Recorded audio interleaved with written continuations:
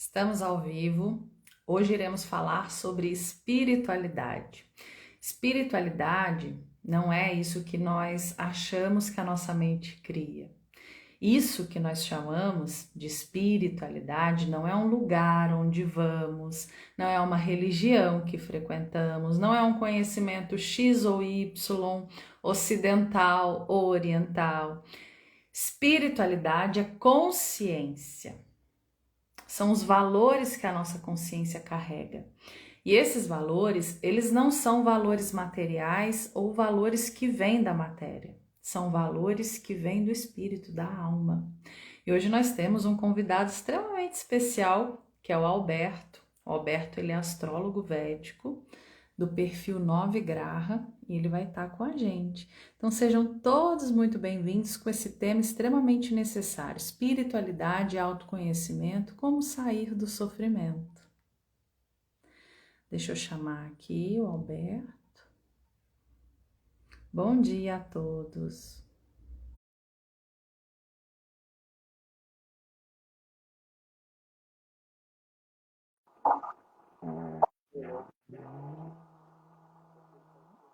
Gente, o Alberto, ele tá em um outro país. Ó, ele aí. Bom dia, tudo bem? Hare Namaskar. Krishna. Estou bem, Hare querido. Krishna. Tá frio aí? Aqui dentro não. Ali do lado de fora tá. Sim, como é que vocês estão? Como é que tá aí o clima? O clima vibracional, tá bom? Tá ruim? Tá bom. Ué, tem que ficar bom, né? Tem. É obrigação nossa.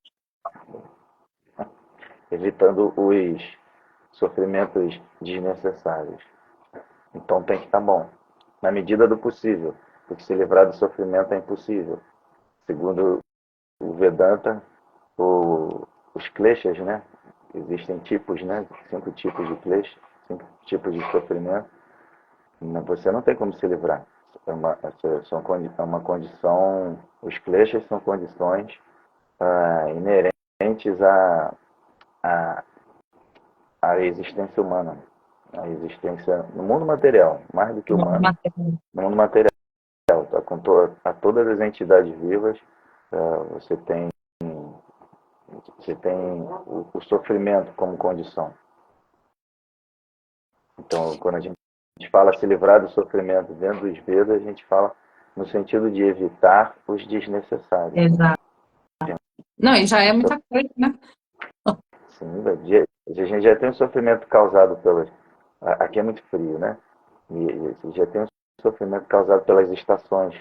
Né? Muito frio. Né? O frio é uma baita miséria, segundo os Vedas. Ah, o calor extremo. O calor ou calor extremo, frio ou frio extremo.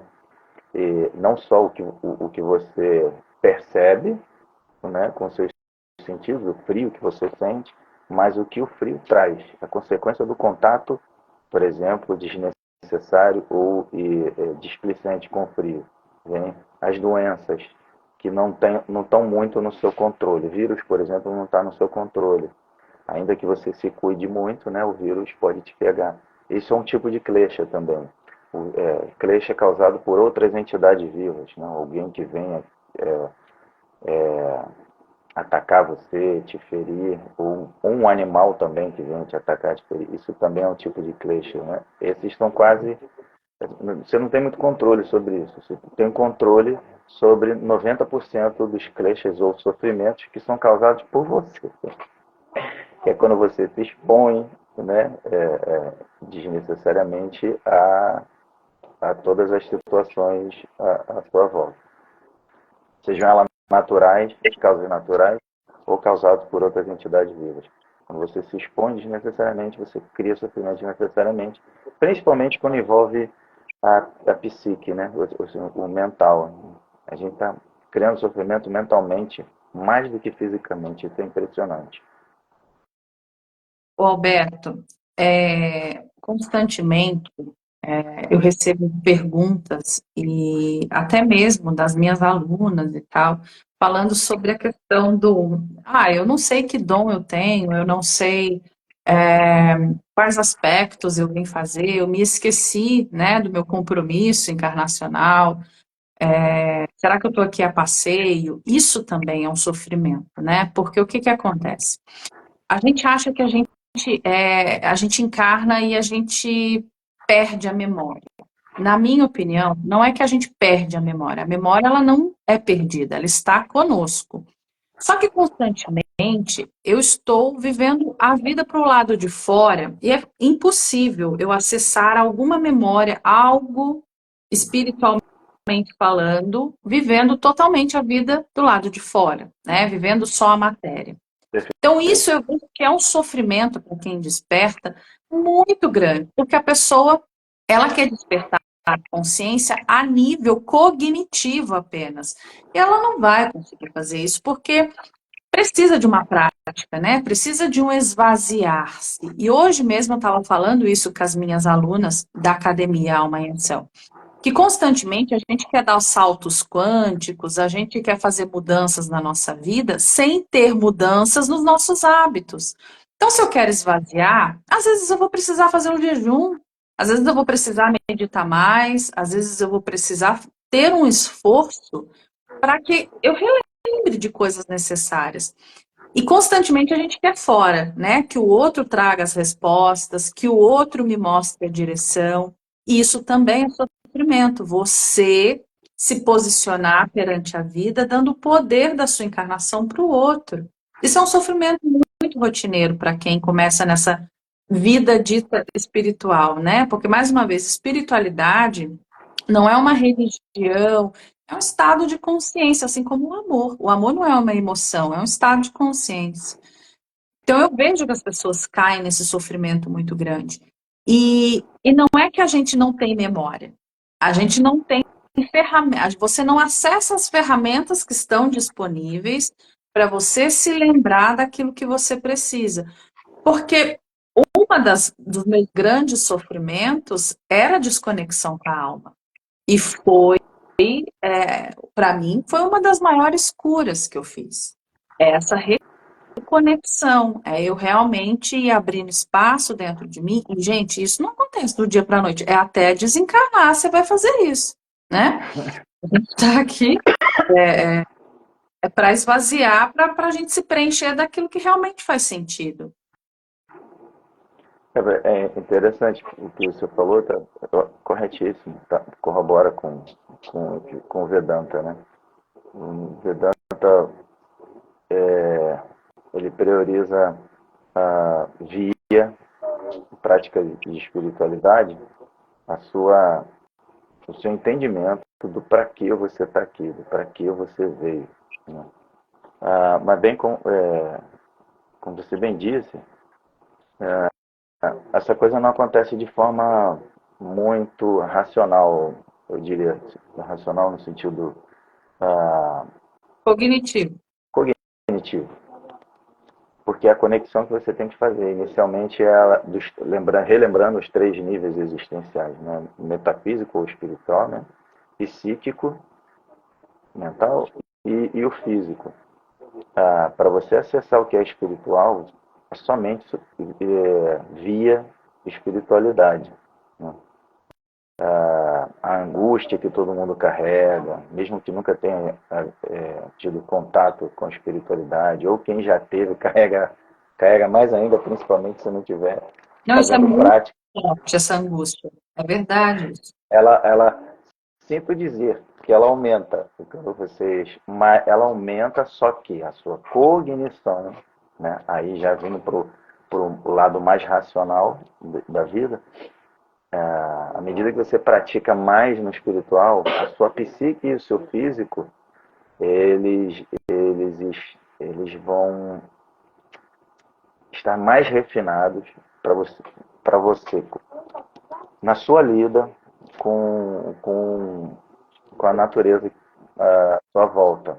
Você vai entender as coisas com mais profundidade, você vai entender os eventos, né, as pessoas, até as pessoas, viu? A fala, o jeito, você vai ter mais paciência e um entendimento mais profundo sobre como te olham, tom de voz, tá? As estações que se seguem. Você tudo você aprofunda mais. E é claro, quando você entende mais tudo que acontece à sua volta, você passa a entender também tudo que você guarda, né? Sua carga ancestral, seus karmas. Você vai tendo um entendimento maior disso. Então, quando eu digo que a angústia ela aumenta, não é aquela angústia por causas ah, supérfluas. É a angústia mesmo de querer saber mais. Porque isso que a Ana diz das memórias que a gente traz, que a gente guarda, né? Porque ela diz, quando ela disse que você não esquece o seu passado, de fato você não esquece, né? Assim, com um olhar mais De aprofundado, memória, né? não perde a memória, mas essa memória ela não está livre for free para vocês, For não free. está de graça. Você tem que acessar, entende? E aí é que eu gosto de fazer analogia com as pessoas que eu oriento. Eu tenho o meu caminho, digamos assim, religioso, dogmático, ah, e esse foi o caminho que eu fiz desde o início. Mas quando eu oriento primeiro, como você diz, né, fala sobre a espiritualidade. Primeiro você tem que entender o que é um sapato, qual é a função de um sapato. Depois você entendeu o que é a forma, né, como se criou, quando surgiu, aí você escolhe se vai ser Nike, Reebok, Puma, se vai ser para esporte, se vai ser para Nada. trabalhar, para ficar bonito, entende? Você vai escolher de acordo com com a Tendência natural. sua tendência natural, com o nível que você está. Né? Então, primeiro entende que a espiritualidade, a função disso, e que o seu caminho, né, o caminho, seja cristão, hinduísta, budista, macumbista, ele vai surgir, ele vai suscitar, ele vai aparecer naturalmente para você. Mas primeiro você tem que entender o que é espiritualidade e praticar minimamente. Eu sempre indico o caminho do Vedanta, porque a experiência das pessoas com quem eu já conversei, a minha própria experiência, não sobra dúvidas, não resta questões. E as práticas, elas são muito mais... Nada fica sem explicação, não é nada obtuso, tá? E são fáceis, então, para diferentes níveis que você vai alcançando, você pode escolher práticas bem tranquilas, fáceis, né, que não carregam culpa, que não carregam, não são dogmas pesados, são coisas tranquilas que você pode lidar, como por exemplo os mantras que a gente falou um bocado, né, na semana passada, e recontextualizando com essa coisa da memória, quando você pratica, você quer saber das suas memórias antigas, você praticando a espiritualidade, como um mantra, por exemplo, você se conecta, você se reconecta, já está tudo conectado, o aparelho está tudo pronto. Você tem que parar para você perceber que está conectado. Mas você Você não percebe sabe fazer o operador, né? Você é o operador e você não sabe operar a máquina que é perfeita. exatamente. Eu acho interessante porque muitas pessoas dão uma explicação do yoga. O yoga é para se conectar com a sua divindade ou ok, é também, mas não tem nada desconectado. Está tudo conectado. O que a gente tem que fazer é só parar. Para. Ainda mais no mundo. Usar, As né, pessoas Alberto? Usar. o bom uso desse aparelho. Sim. Porque a gente está num lugar e num mundo que está o tempo todo oferecendo às pessoas fazer o uso somente dos sentidos. E isso faz com que as pessoas percam a verdadeira visão, percam o que de fato está em volta delas. Né? Você vai estar num mundo que o mercado, que as pessoas compre, seja, faça. Sim. Né?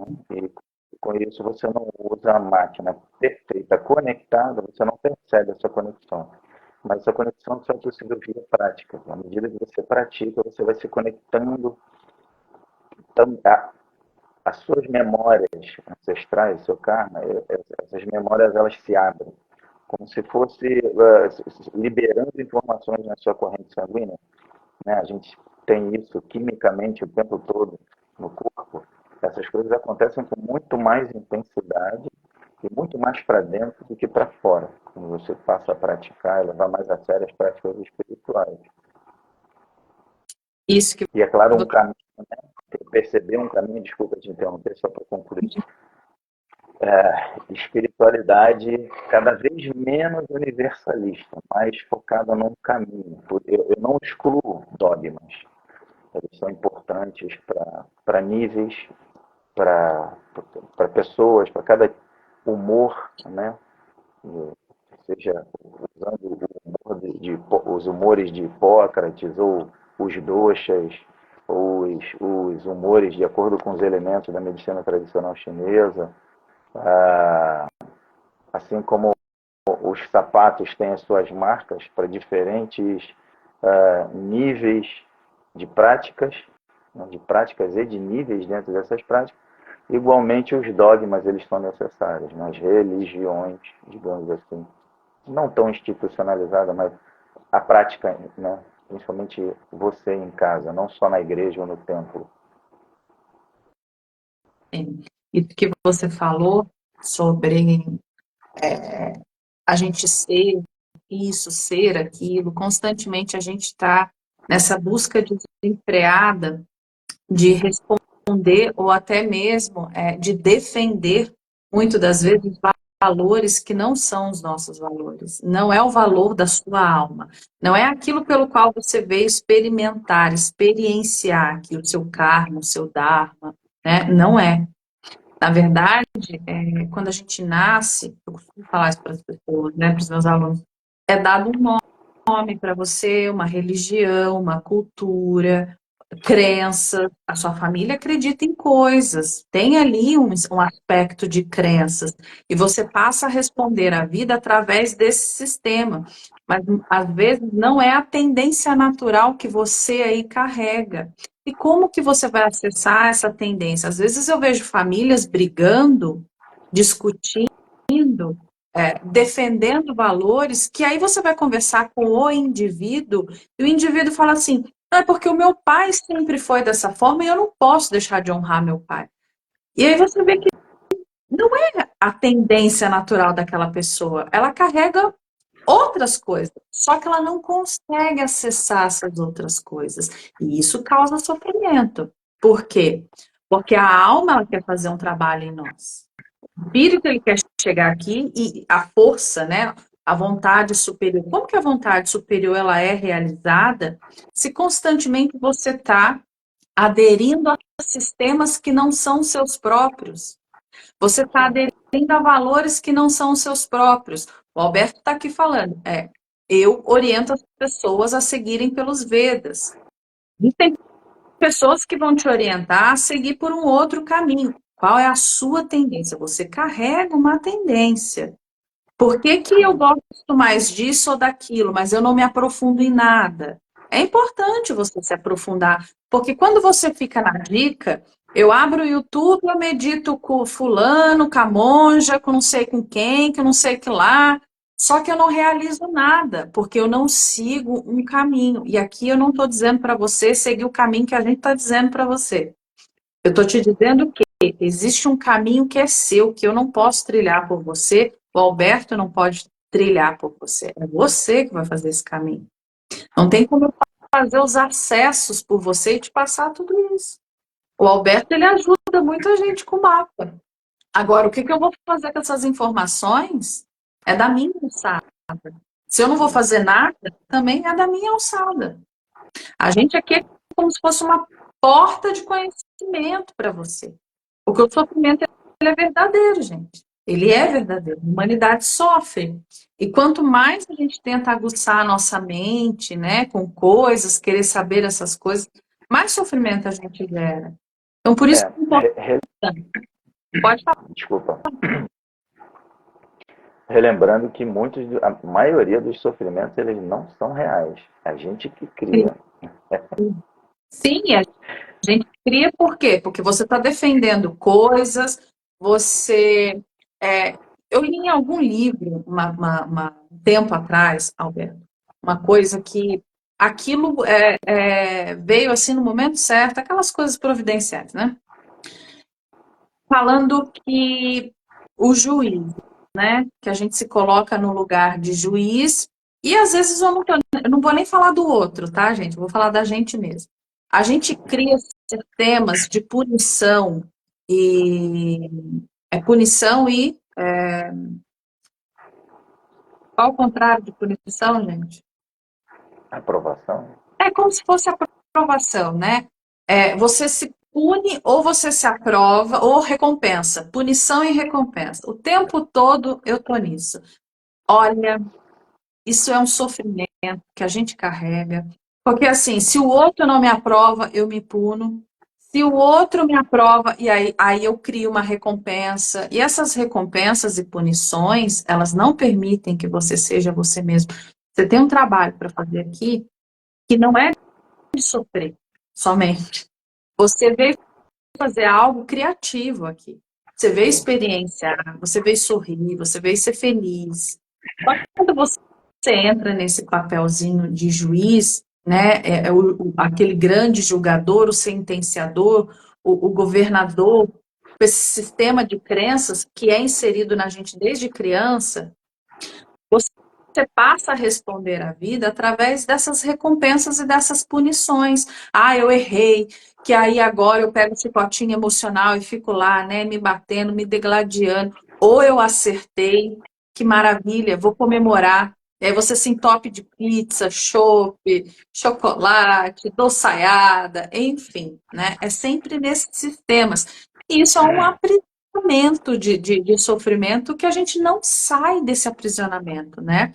Porque é o tempo todo punição ou a bendita da regalia daquilo que eu me dou, que eu me presentei. Alberto, quantas mulheres falam assim: ah, eu tive um dia muito cansativo, vou me dar ao luxo. Como se a vida se resumisse, está até na moda agora essa palavra, dá um pouco de preguiça, dopaminérgica. Como se a vida se resumisse a experiências, é assim, né? Tá ruim, eu vou recompensar com alguma coisa, o que não é errado, tá? A gente A gente falou sobre tem isso que na. comemorar, óbvio, mas não sempre nessa dança, né? Dança, padrão, né? A gente falou eu falei na live passada, falei até sobre Vênus, né? Que Vênus, na astrologia védica, está relacionado com prazer, gozo dos sentidos, principalmente, né? Mas sexo, amor, casamento também, viagens, luxo, dinheiro, carisma, beleza, né? Tudo que é beleza, tudo que é belo, seja corpo físico ou gestos. Ah, só que a função principal de Vênus é nos permitir um entendimento via contato dos sentidos com a natureza que nos cerca. Na mitologia védica, Vênus, ele é o deus, ele é o mestre dos condicionados, dos chamados demônios. Né? E Júpiter é o mestre dos deuses, né? Dos que têm vida eterna. Ou seja, te é permitido, via sentidos, que é o primeiro mestre, Vênus, você ter realizações permitidas em um nível de contato com a natureza que te cerca via sentidos, mas que essa, esse contato seja para você entender a sua conexão com a sua divindade, ou seja, Um algo maior, né? restaurar a sua divindade via contato com os sentidos de forma responsável, restaurando isso e com isso restaurando a sua divindade diante da mortalidade. Aí é quando você, né, restaura a sua divindade, aí já é o contato com um mestre mais elevado, que seria Júpiter, né, que é o mestre dos eternos, dos deuses. Né? Então, o contato com as coisas dopaminérgicas, né? as coisas dopaminérgicas, né? Elas devem Modinha. ser... Perdão, não ouvi. Vai, modinha, dopaminérgica. É, é, elas, para que o contato não seja feito nessa dança, né? Oi, tô triste, vou comer chocolate. Tô com fome, mas preguiça de cozinhar, vou pedir uma pizza. Adoro pizza. Mas eu faço a pizza, prefiro fazer a pizza. Não que eu não coma de outro lugar. A maioria das vezes eu faço. Né? Porque envolve eu fazer a coisa, a minha mentalidade, a minha energia ao tocar o alimento, né? Honrar o alimento de forma espiritual antes de comer. Você tem que tem toda uma ritualística em fazer o seu alimento, né? Assim, o cozinhar também faz parte da liturgia diária, né? Porque quando você come coisas feitas por outros, você está comendo as intenções. Você não está apenas comendo nutrientes. Você está se nutrindo também ou não das intenções das pessoas que tocaram aquele alimento. Então entende que a liturgia envolve aquela coisa da vovó estar fazendo a comida para os pais, para os filhos da vovó ou para os netinhos da vovó, né? Toda a intenção daquela pessoa, fofinha, fortinha, mais forte de amor, de zelo, né? Toda a liturgia. Olha só como é que a liturgia, existe toda uma liturgia que envolve toda essa coisa, todo esse afeto. Eu estou falando disso para tocar o que você falou, né? A gente nasce numa família. Eu tenho que ser assim. E o sujeito meio que perdido fala: eu quero ser médico porque meu pai foi médico. Eu quero ser policial porque meu pai foi policial. De certa forma, dentro de Dharma, nós temos. Ela compra a comida dela no templo, bacana. É que no templo, quando você cozinha no templo, tem toda essa liturgia. E a comida, por fim, antes de ser experimentada por todos, ela é oferecida a Deus. Né? Você pode fazer isso em casa também, né? Como quando as pessoas oram à mesa e tal. Isso é uma forma de, de agradecer a Deus. E segundo o Vedanta, quando você faz isso, você anula qualquer mal que essa comida possa te causar, inclusive orgânico, tá? Existem dharmas, né? Vocações e dons que a gente traz e carrega de acordo com as memórias, aquelas memórias que a gente não lembra, né, que a gente pode fazer uso delas via espiritualidade, mas que inicialmente a gente não lembra. E nascer numa determinada família tem a ver com essas memórias, que em vida inicialmente você Que não vão te lembra. ajudar a Algo ativar o que você precisa, trabalhar o que você precisa. Essa historinha, né? Eu vim na família errada. Deus, ele só errou com você. É isso aí. Deus é burro, tadinho. Meu Deus. Deus, é claro. Você nasceu na família, e alguns têm sim sorte, outros menos. Sorte de nascer numa família muito simples, paupérrima, mas está muito bem direcionado espiritualmente, ou o contrário também, está pessimamente mal direcionado, espiritualmente e fisicamente, e também numa família aristocrata, né, berço de ouro, você pode estar nascendo, sendo muito bem orientado, ou também não, né? Mas quando você nasce numa família dessa, significa que karmicamente, ancestralmente, aquela família é um corpo, tá? A gente tem que entender isso. Você é seu corpo, você tem toda a sua ancestralidade, sua memória, guardada no seu tita, a sua consciência mais pura. A família é como se fosse um barco também, um corpo, quer dizer, um corpo que carrega uma memória e que de alguma forma, antes de você encarnar, nascer da barriga da sua mãe, você foi aceito por aquele corpo familiar e que uma troca se inicia. Quando você é aceito por essa família, uma troca kármica, Garbhadana Samskara. Sim, Esse é o livro. você nega essa família, o que que acontece? Você está negando o veículo que aceitou a sua existência aqui. Exatamente. Então essa família tem tudo para você dar certo a nível espiritual, nunca é material. O material é sempre secundário. Tá? E você tem tudo para que aquela família dê continuidade àquilo que eles em vida não conseguiram. Isso é muito importante também. Então existe uma responsabilidade sua, não só material, em pagar os seus boletos, mas também, o que é secundário, hein? Acredito, mas também suas pendengas kármicas, né, digamos assim, uma responsabilidade espiritual que você tem com essa família, com essa ancestralidade, além da sua, né, desse corpo familiar que te aceitou. Então, não, você não nasceu na família errada. Com certeza, se você sente isso, você está fazendo de forma errada. Nós aqui, enquanto encarnados, a gente carrega tanto o inconsciente, né? Aí falando pelo viés da psicologia, né, Jung, nós temos um inconsciente coletivo. Já existia uma história sendo contada. Quando você nasce, já existia uma história sendo contada. Já existe ali um inconsciente familiar. E esse inconsciente familiar, ele existe dentro do inconsciente coletivo. E você próprio tem o seu inconsciente pessoal. Então, mais uma vez, a nossa memória, ela não está apagada. Nós somos um reflexo do inconsciente, vamos dizer assim. E o nosso inconsciente, ele carrega todos os nossos impulsos e tendências, desde a nossa memória, né? Vamos dizer dessa forma. Mas como eu não tenho uma prática que me faça acessar esse inconsciente, ora eu estou negando a família, ora eu estou negando a existência, ora eu estou me negando, ora eu estou negando o corpo. Eu sempre estou na negação, eu sempre estou na resistência, que é uma das formas de sofrimento. Ou eu estou muito apegada à família, à vida, à matéria, o apego, o sofrimento também. Então, nós somos reflexo desse inconsciente.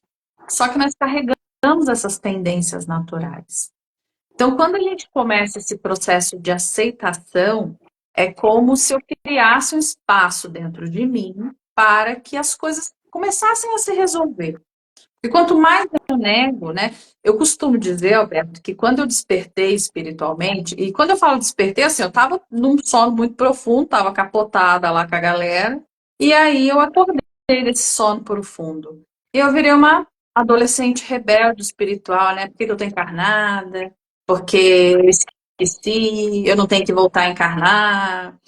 Você quer prestar conta com o administrador. Cadê o cara que administra? É, Você percebe, né? pra que eu vim aqui sendo que eu não tô nem lembrando, né? E eu lembro dessa fase com muita amorosidade, porque foi essa fase que me trouxe até o que eu sou hoje, ao que eu estou hoje. E, gente, Sim. é muita coisa que a gente precisa galgar ainda na vida, igual eu falo. Não tem como você fazer uma mudança na sua vida se você não tem ação, se você não cria um espaço de ação, de prática. Então, quando eu era essa adolescente espiritual rebelde, né, que eu ficava desdenhando essa vida, que eu, quando chegar lá, ninguém vai me mandar, ninguém vai me mandar voltar a encarnar, que não sei o que lá, que não sei o que tanto. E aí Sabe de nada. você começa a voltar um pouco pro corpo, né? Você começa a sair um pouco dessa negação, dessa. É uma fuga, isso também, né? E aí você começa a olhar para a vida e você fala assim, cara, a Terra, ela é prisão para aqueles que se sentem aprisionados dentro de si. E a Terra, ela é sim uma sala de aula para aqueles que querem aprender, criar, estudar, experienciar. Só que para eu ter essa aula, vamos dizer, eu vou ter que usar uma roupa que é daquela escola, né? E aí eu estou usando essa roupa e está tudo bem, está tudo bem. Agora, o aprisionamento é a mente que. Por que eu falo para vocês que a vida oculta, ela precisa existir? E não é a vida oculta aquilo que eu faço escondido, não é isso. É a vida interna, né? Tem que explicar, né, Alberto? É a vida interna. É a vida com a comunhão. É a vida com sentido, com propósito. É eu acessar essas partes dentro de mim. Pode ser através, né, da oração com Japamala, com prática oriental, com meditação, com oração, aquilo que você nesse momento consegue fazer, mas tem que fazer. Porque não adianta a gente ficar adolescente, aborrecente, espiritual, reclamando. Ah, porque eu estou nessa condição, e a vida é isso, e a vida é aquilo. A vida ela vai ser da forma como caber dentro de você. Essa que é a grande verdade. Então, uma das minhas reais curas foi eu parar de desenhar essa vida, né? E começar a apreciar. E a contemplação, ela é extremamente necessária nesse processo, né, Alberto? É uma das coisas, assim, que eu sou muito grata de querer fazer, de me conectar com isso. Eu, eu ontem tive uma experiência. Ontem a gente foi para um lugar que é só neve, né? E neve e montanha. Eu tenho um pouco de preguiça com esse tipo de Você está na ambiente. Groenlândia, Não, você está na Antártida, onde que você está? eu tô no Chile. Ah, e assim, a única experiência que eu tive com neve foi em Madrid. Eu não curto muito, porque eu não gosto de frio. Eu acho o frio uma baita de uma miséria. Ah, O sofrimento. mas eu tá bom, não vou estragar o passeio do povo, né? E apesar da minha esposa estar achando que eu estava estragando, porque eu não escondo em dizer que eu não gosto. E a gente foi para um lugar muito bacana, Carrão de Maipo, bem para dentro, sabe? É assim, cercado de montanhas, tem vulcão, tem, mas muita montanha, muita neve. E chegou um momento, minha filha estava brincando com a neve e eu fiquei assim, caramba, que imenso. As montanhas são muito imponentes, assim, chega a emocionar, sabe? Tem, tem. Emociona mesmo, assim, você se sente bem na sua pequenez, você se sente bem, assim.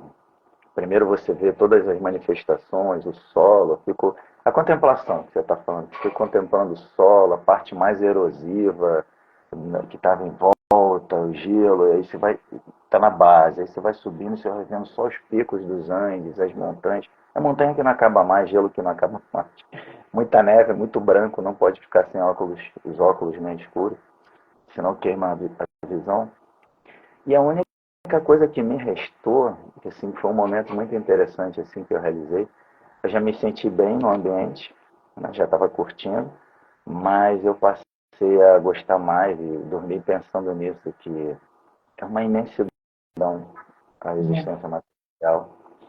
E diante dessa força, que você não tem a menor chance contra ela, em brincar ou flertar com aquela imensidão, né?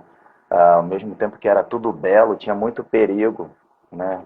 Tinham cantos de possíveis, possibilidade de avalanche grande, pequenas avalanches mais grandes, porque uma pequena avalanche ela pode carregar uma pedra de 100 quilos, que vai te Tem, matar, sim. entende? Você se enxerga nessa pequenez diante da imensidão, você não tem a menor chance. Mas eu fiquei maravilhado, porque a única coisa que me restava era o azul do céu contrastando infinitamente, assim, infinitamente belamente com aquele local ali. Só resta a imensidão do céu, sabe?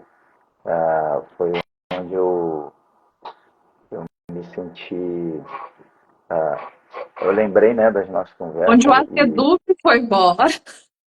e e a importância da contemplação. Não que eu não faça, eu faço isso também numa cidade, na roça, né, mas em lugares assim que a natureza mostra a sua força de forma contundente, isso é muito mais. Isso acontece com muito mais força, né? Já tive essa experiência também em alto mar também, né?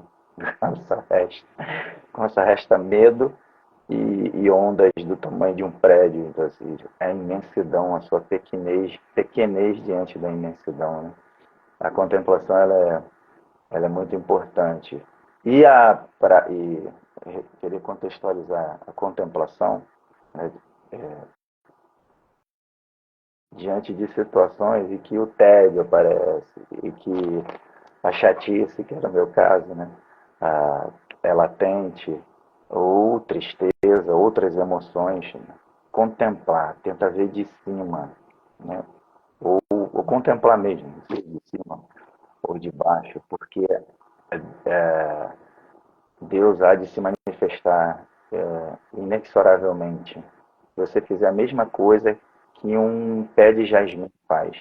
Né? O jasmim você não precisa cuidar. Você pega o galho dele, finca na terra, ele vai nascer e inexoravelmente ele vai fazer, ele naturalmente, de acordo com a sua natureza, ele vai florescer cheirosamente. Ele é bem fragrante, né, o jasmim.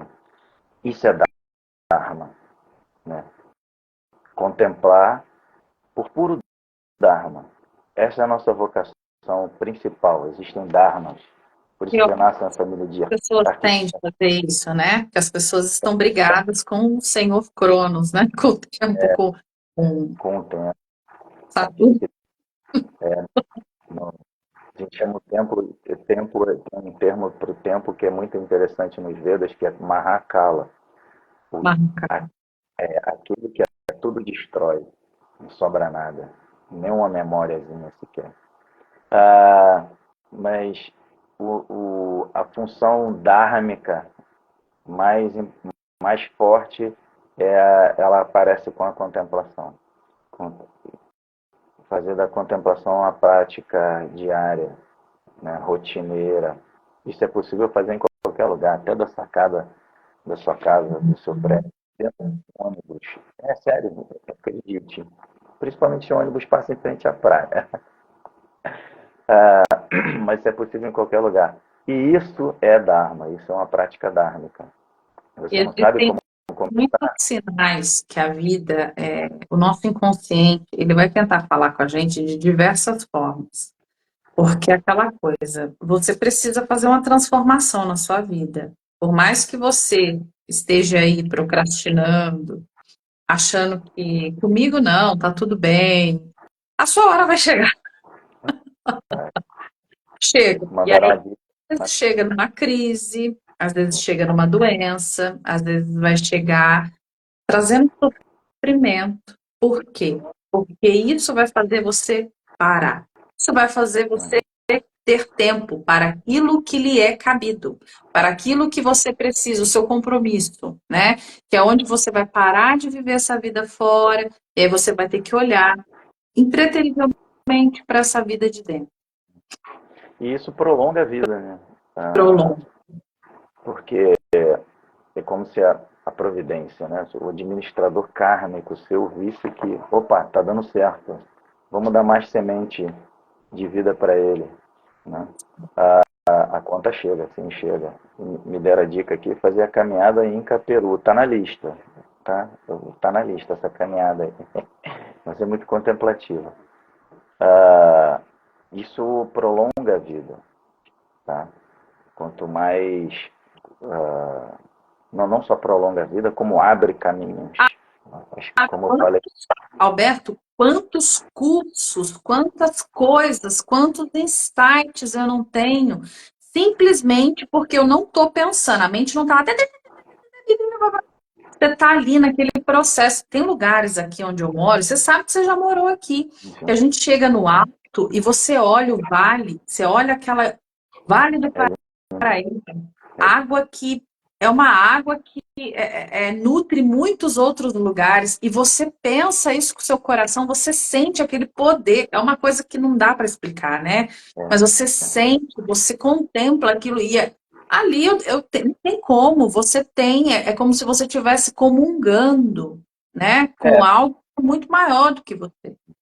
lugares onde a natureza é exuberante, né? Esse tipo, o uso do Dharma, né? Principalmente via práticas de contemplação, acontece naturalmente, né? São lugares perfeitos para isso, né? Para conexão. Mas a gente não está lá sempre. E a gente tem que trazer conosco, voltando para os grandes centros, para o cotidiano das escolhas que fizemos, né? Que gera outras contas, outras pendências, a gente tem que trazer essas realizações para esses lugares também. É mais é menos fácil se conectar em lugares mais agitados. Mas com as práticas, principalmente mantras, meditação, facilita bastante. Porque relembrando, quando a gente faz o mantra, a gente se conecta com a nossa essência. Quando a gente se conecta com a nossa essência via mantras, o mantra, a estrutura dele é a mais apropriada, a perfeita para você acessar a sua alma. O contato é direto, tá? Você atravessa os 4 coxas, as 4 camadas que envolvem a alma, diretamente. E quando toca no Paramatma, na sua alma pura, ele vai ressoar. E quando ele ressoa, ele vai ressoar e vai ajeitar as coisas à sua volta. De modo que o seu mantra, a sua prática de mantra continue.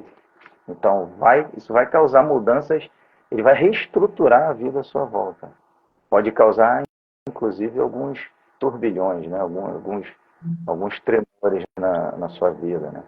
Distanciamento de situações, não mudanças de preferências, mas você vai preferir outros ambientes, outras pessoas, né? Essa reconexão da sua alma, né?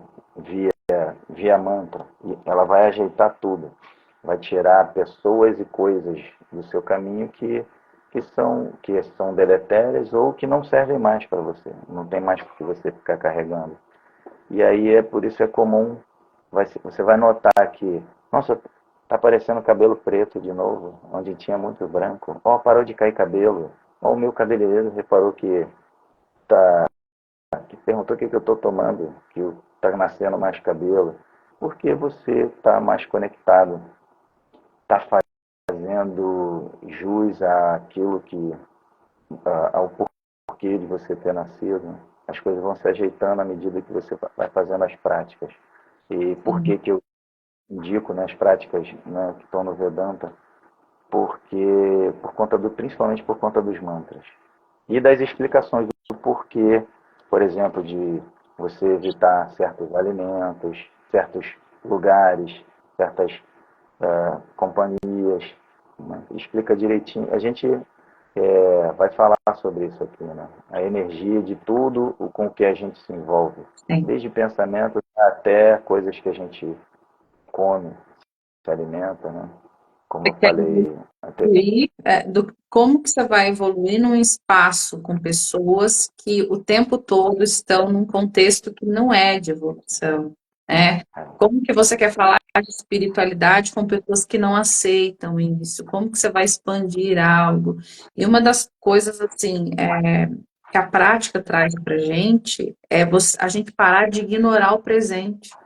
A gente está vivendo constantemente num passado, né, numa memória que traz dor. A memória, ela não tem que trazer dor, ela tem que ensinar, ela não precisa torturar. Ela pode simplesmente ser uma boa professora. Então, a gente parar de ignorar o presente, a gente viver aquilo que a gente está vivendo agora. Do que adianta eu querer saber algo que não está no meu controle? Não adianta. Isso vai me causar sofrimento. Quando você está fazendo uma prática, você está ali vivendo o que você tem que viver. Eu tenho um professor, o Terry, que ele fala assim, 1 hora de prática, você ganha, uma prática bem feita, né? Você ganha em anos de evolução internacional. Você ganha. Agora, se você vive no presente, constantemente você está ignorando, porque você está na ansiedade de querer viver um futuro que não chegou ainda, você está gerando sofrimento para você. Você entende que é sempre a gente que está criando sofrimento? É diferente, gente. Você está aqui agora, acontece uma tragédia e você é acometido por essa tragédia. Esse sofrimento ele também é real. Mas se você parar para olhar, os grandes problemas da sua vida é porque você é o problema, não é porque existem problemas. Quando a gente trata a pessoa, quando a pessoa começa a se tratar, a se curar, doenças deixam de existir, sofrimento deixam de existir, coisas, né, deletérias param de acontecer, situações. É onde a gente realmente muda a nossa realidade. Mas para isso a gente precisa parar de ignorar o presente. Qual que é a minha responsabilidade nessa desordem que muitas das vezes a humanidade vive? Eu posso me organizar, eu posso mudar o Alberto, eu posso mudar vocês? Não posso, gente. Eu posso me mudar. Eu posso mudar a forma como eu respondo às situações da vida. Eu posso moldar as minhas respostas emocionais, lembrando que eu não sou as minhas emoções, né? Adorei a frase, você é o problema. Não tem problema, gente. Legal. É, quem mais cria problemas somos nós, a nossa mente. O grande sofrimento é a mente que cria, né? E o nosso cérebro, Alberto, ele foi projetado para viver essa experiência humana. Se eu fico achando que eu sou esse cérebro, essa maquininha, né? Ele ferrou com tudo. Sim, pessoas somatizam daí as doenças psicossomáticas. Sim. E fica colecionando acontecimentos intensos, né? Isso é interessante. Eu gosto de falar. Muito interessante isso. A gente coleciona. Pessoas somatizam, daí o termo doenças psicossomáticas. A gente coleciona tudo que é intenso, porque a gente quer sentir. Vênus, por exemplo. A Mas gente se até Vênus, precisa sentir isso aí.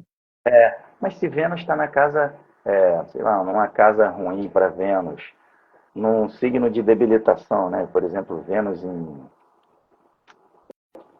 Virgem, ou Vênus conjunto com o planeta maléfico como Saturno, Orarro, quer dizer que vai ser ruim? Pode ser ruim, tem uma grande possibilidade, mesmo quando Vênus está bem, exaltado, né? Há que se analisar o mapa como um todo, mas eu gosto de explicar que Vênus é prazer, dependendo, no caso do lugar ruim que eu citei, né? A posição ruim de Vênus no mapa, vai fazer com que você tenha problemas em sentir.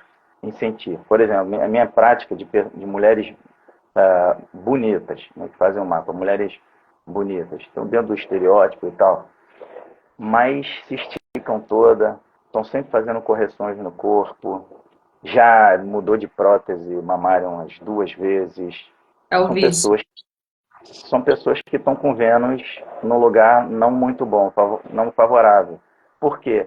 Porque ela não, o prazer está em que os outros aprovem a beleza que ela está tentando construir, né? Ou aprovem, você se encaixa dentro de um estereótipo. Ou pior, lembra?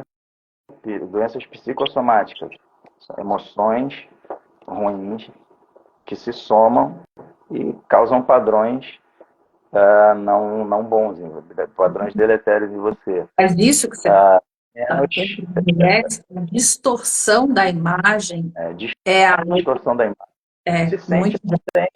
por exemplo, tem gente que tem prazer um contato com um humano, né? Adulto com adulto, heterossexual, né, ou não, adulto com adulto. Tem gente que tem prazer mentalmente e na prática com crianças, ou com animais, ou com as coisas mais nojentas possíveis. Isso é um Vênus problemático, uma Vênus problemática no mapa. Você vai dizer que isso não é prazer? Não, você está errado. É prazer. Para aquela pessoa é prazer. Sim. Entende? E como funciona Vênus? Então, se você tem um Vênus problemático, digamos assim, no mapa, por isso é que é bom fazer o mapa o quanto antes, né? Por exemplo, conjunção de Vênus com Rahu, Vênus, Rahu, Mercúrio, Vênus, Saturno, Rahu, Vênus, Saturno, Mercúrio, né? Os seus sentidos estão em perigo. É claro que, a depender da família, essa conjunção ela pode ser bem direcionada, ainda que o perigo ali Sim. esteja Uma das coisas que você leu latente. no mapa é isso. Eu tenho a dificuldade do prazer. Eu tenho, É a do dificuldade, usufruir. a dificuldade com prazer, né? Assim, ai não, a frigidez, né? Ah, Sim, você quer dar um tchan na relação e o marido te trata como se você fosse uma mãe, ele está com problema com Vênus. sim, isso aí. Então, Vênus envolve prazer de modo geral. Agora, o que vai te causar prazer? Se vai ser chocolate, pizza, café, chá, um bom chá, eu amo chá. Ah, eu também. Ah, Estou amo tentando chá. fazer minha sogra também tomar mais chá, né? Não, eu comprei um que eu tomei. Olha, eu já tô até pensando agora em tomar ele. Eu É muito gostoso. tomo 1 litro de chá por dia, então meu prazer está no chá, né? Então, o prazer para outras pessoas está na caipirinha. É, Ou tem coisas muito ruins, né? Assim, bem, que fazem mal. que o Então, que ele existe para gerar sensação, isso é fato. A gente tem que vigiar para que não seja tão deletério. aí entra aquela coisa, né, a modinha dopaminérgica, dizer, qual a sensação que você está se viciando? Porque a gente não está aqui para experimentar sensações. As sensações, elas são governadas por Vênus. E os planetas, eles têm uma ordem dentro do Vedanta. E uma utilidade, uma ordem. Estão num lugar que dali eles não podem passar. Nem para cima, não é possível. E para baixo é possível. Você vai ficar lá embaixo. Né? Vênus governa os sentidos. Você vai sentir, ele vai permitir que você sinta as coisas por essas antenas que são os sentidos, né? Os órgãos das ações, os órgãos dos sentidos. Ele vai permitir que você sinta, mas para que você está fazendo isso? Né? Como você bem disse, né? Não é para a gente ficar nessa dança, ou seja, nesse padrão, né? Ou agora, não, meu dia durante o trabalho é sempre ruim, mas no final é happy hour, cerveja, chocolate e churrasco. Pô, você não veio aqui para isso. Te é permitido todas essas coisas, óbvio. Sim. É permitido casar, Pode. é permitido ter filho, mas você tem que fazer o uso apropriado dessas coisas. Nem o chá também, o chá em excesso também não é Um bom. litro, não, um litro tá bom, né? De chá? Tá bom. É um detox. Ah, gente, sempre lembrando que assim, a gente não é dono da verdade, obviamente. Isso que a gente fala aqui para vocês é através daquilo que a gente pratica em nós. Não tem como a gente vir aqui uns tagarela maloqueiro, né, Alberto? Ficar falando um monte de coisa que a gente não pratica na gente. É, Nossa intenção é ajudar vocês a sair um pouco desse sofrimento, porque existe. Se a gente parar para pensar, existem pessoas tão viciadas nessa coisa do prazer, né? O Alberto falando de Vênus. Sabe aquela pessoa que ela já conquistou tantas coisas, ela já sentiu tantos níveis de prazer, que é aquela pessoa que ela fica, por exemplo, ela fica se colocando em situações, por exemplo, pular de paraquedas, pular de não sei das quantas, coisas que intensidade no vão prazer, né? A intensidade no dar prazer. é uma coisa assim, exorbitante. Então a pessoa ela está sempre nessa busca desenfreada, né? Isso é perigoso. E se você parar para pensar, ou a gente está muito nessa busca pelo prazer, ou era como eu, Ana, era. Eu era, né?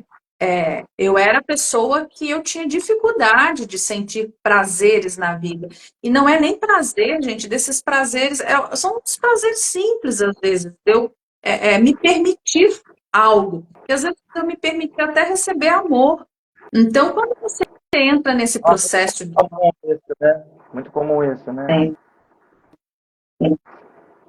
Quando você começa a entrar nesse processo de autoconhecimento e você linka espiritualidade com autoconhecimento, você vai saindo de processos de sofrimento. Não quer dizer que você vai ser um bobo da corte que vai ficar lá o tempo todo. Não é isso.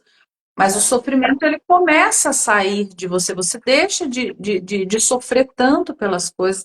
Você deixa de ser esse juiz. Eu tive, ainda tenho vários, nossa, muitos aprendizados. Eu estou passando por um grande na minha vida agora. Assim, o tempo todo, a vida ela vai te trazer doses, né? E você precisa estar vivendo o presente para você receber essa dose diária que a vida vai te dar. Porque se você não usa essa dose, a gente falou isso na outra live, alguém está usando por você. E nunca é para benefício da humanidade. É sempre para aprisionar, é sempre para causar medo, para dominar. E isso também causa sofrimento, porque isso aprisiona a sua essência, isso aprisiona quem você é, isso aprisiona o que você veio criar aqui, o que você veio vivenciar. Então, você não precisa ser uma pessoa rígida, assim como você também não precisa ser uma pessoa que só busca prazer. Porque fugas que a gente vai fazendo nesse caminho. Ou fuga, ou você simplesmente para. E aí você coloca a culpa na procrastinação, você coloca a culpa na autossabotagem. Você vai colocando culpa, né? A culpa é minha, eu boto ela em quem eu quiser, enfim. Cara, a culpa é sua, né? Não pode botar nos outros. A gente tem que entender a transitoriedade das coisas, né? Tudo é transitório. Tá? Você pode ter uma super Vênus bacana, etc. Mas outras coisas vão definir tua conduta, não é só Vênus. Vênus vai determinar os perigos de como você se utiliza dos seus sentidos. Se ela está bem, você vai, poxa, sexo para você vai ser uma maravilha, relacionamento para você vai ser uma maravilha, viagens, né? Tudo que é sentir para você vai ser uma maravilha. Você tem que entender a transitoriedade das coisas. Tudo à nossa volta é transitório, né? As estações que se seguem. Eu amo o verão. O povo fica reclamando de aquecimento global. Eu quero que o mundo se acabe em lava. Eu amo o calor. Eu gosto do calor, mas é transitório, não vai durar para sempre. Vai vir um frio, que vai doer minha hernia de disco, vai doer minhas articulações. Eu gosto da primavera. Agora, por exemplo, aqui onde eu moro, é frio, Alberto. Aqui para mim é muito, não é frio igual Clima, tá aí na geleira, né? Mas para mim clima é aqui bem no frio. Brasil, Paraíba é frio. E É, mas a minha experiência ali também no meio das montanhas, com gelo, no frio, mas toda aquela contemplação, assim, eu me vi num êxtase ali. Foi transitório. Eu tenho que carregar essa experiência. Tipo, foi uma experiência, eu me conectei ali de verdade. E eu carrego comigo essa experiência, né? A gente tem que entender a transitoriedade das coisas. Por que esse padrão transitório? Porque a gente nós não devemos parar e estacionar, entende? Para sempre. Você sim, gosta muito de sexo? Não vai ser só sexo que vai te dar. Não deve ser só sexo que vai te dar prazer. Você gosta muito de dormir? Não deve ser ficar só deitado que vai te causar prazer. Sabe? Todo o movimento na natureza contínuo, de girando, por isso que no budismo eles estão sempre girando, né? As coisas passam e vão e girando. Qualquer coisa se a que. gente parar para pensar, dá para você usar toda essa sabedoria no seu dia a dia. Por exemplo, existem dias que você deve ler muito mapa, você fica muito sentado. Tem dia que eu fico muito sentada dando mentoria, fazendo tratamento com o pessoal. Você fica rígido ali, né? Você fica sentado e tal. Por mais que você tome um chá, acenda um incenso, né? Use, enfim, artifício. Acabou. Vai movimentar. Você precisa movimentar. Vai chegar um momento que vai exaurir. É a hora vai ter um momento de você parar. É a transitoriedade. Tem que ter um momento de parar. Por isso que nos sadhanas, que são as práticas regulares, práticas espirituais, né, seja religiosas, né, litúrgicas, práticas devocionais regulares, elas têm os seus horários de pico, né? Assistam a live da semana passada, dei muitos detalhes sobre o céu, né?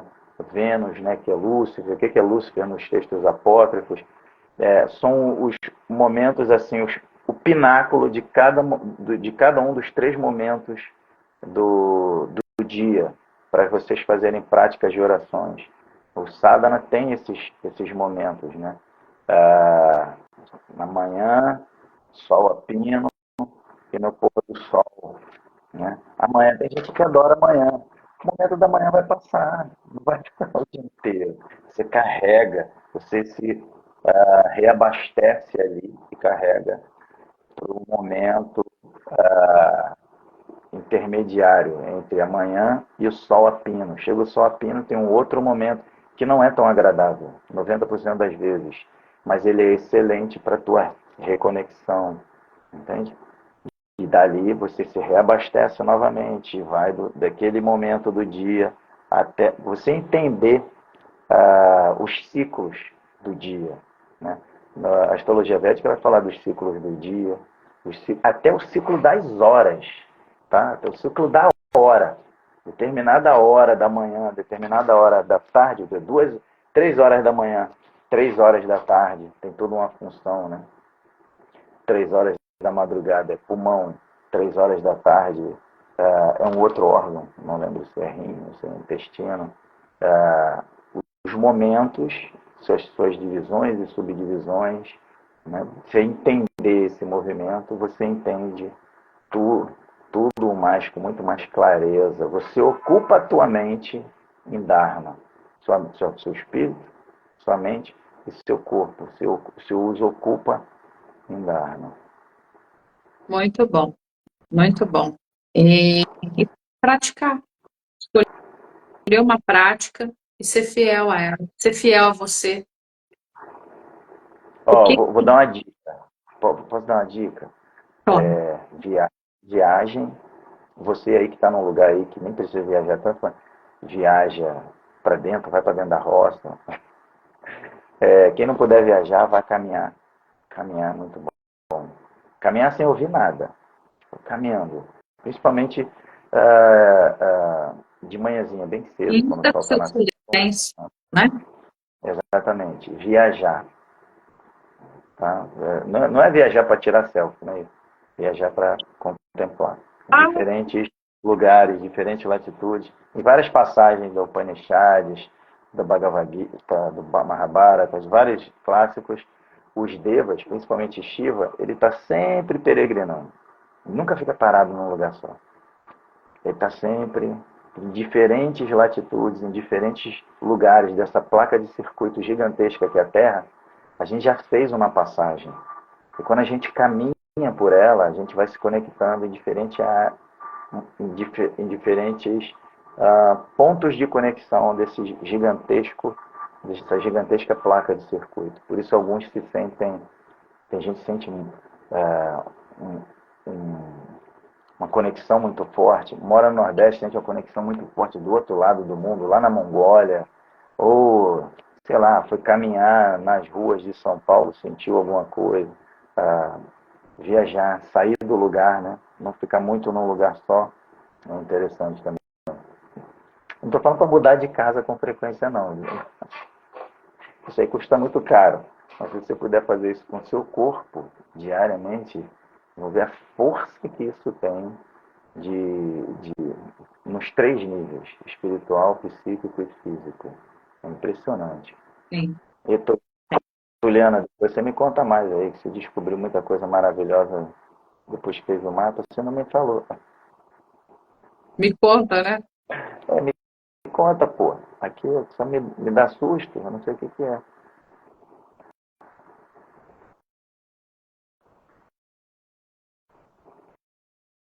E, gente, leiam um mapa com o Alberto, façam isso sim, se deem de presente, porque é extremamente necessário.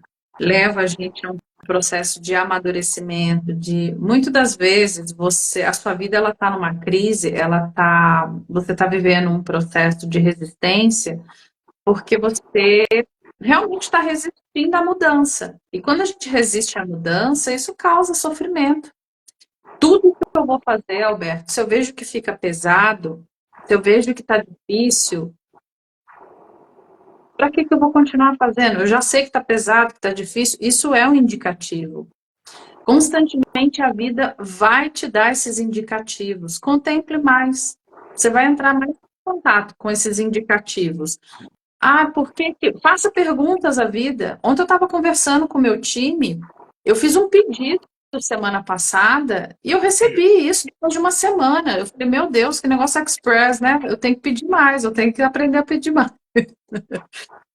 Obviamente, né? Não é para a gente virar um pedinte, preciso disso, preciso daquilo. Não, não é isso, mas saiba fazer os pedidos das coisas que você passa. Se você está passando por uma situação desafiadora, existem muitas potencialidades para te ajudar, existem seres de luz para te ajudar, existe uma espiritualidade que constantemente está aqui, querendo nos ajudar no nosso processo de maturidade. Eles são nossos irmãos maiores e eles querem sim nos ajudar. Para eles é interessante a gente sair desse sofrimento. Só que precisa ser interessante para a gente sair desse sofrimento também. Eu preciso querer. Ninguém, gente, ninguém vai intervir ou me ofertar algo que eu não pedi. Os irmãos maiores, eles não influenciam na nossa tomada de ação ou de atitude. Eles vão nos fornecer apoio a partir do momento que eu pedi. Se eu não peço, não ganho. Sim. Adotem uma vida mais litúrgica. É. Peçam mais, mas principalmente peçam mais esclarecimentos. Provocar dentro de vocês, né? Questionar mais. Suavemente, tá? Cuidado com a intensidade. Descobrir, tá no seu Dharma. Poxa, a sensação de não estar perdendo tempo é maravilhosa, né? Quando você descobre que tá no seu Dharma, né? Assim, no que você faz, no que você trabalha. Muito bacana. E pega isso e cria uma rotina, né? Que eu sei que você está fazendo, já sei mais ou menos. Mediunidade, bacana. É isso, né, meu povo? Deixa Bom, eu perto curtir as férias no Chile, na neve. daqui é possível trabalhar no quinta, né? Muito bom, muito bom. Semana que vem a gente volta. Abrimos, né, Alberto, para sugestão de temas. Sim, já aberto para sugestão de temas e também que vocês contem experiências dos para casa que a gente passa. Semana passada teve. Assistam da semana passada, teve informações interessantes ali, para quem quer. Eu já vi no YouTube também. Ah, é? Olha, não sabia. Vou mandar o link para você. Manda lá. Legal. Tá bom? Tá bom, querido. Manda um abraço a todos aí. Fique bem, na paz, na luz, no amor. Gratidão a todos que fizeram parte aí da nossa live. Gratidão pelo tempo de vocês. Tá bom. Na live aqui eu não tô te vendo, mas espero que esteja todo mundo te vendo aí. Se ninguém falou, é porque tá te vendo, né? Você não tá me vendo? Eu não. Mas eu acho que tá todo mundo te vendo. Então tá bom. Tá bom? Um beijo. Fiz a minha meditação para te enxergar. Tá bom? Beijo. Fica com Deus aí, pessoal. Obrigado. Namaskara. Hare Krishna. Hare Krishna. Tchau.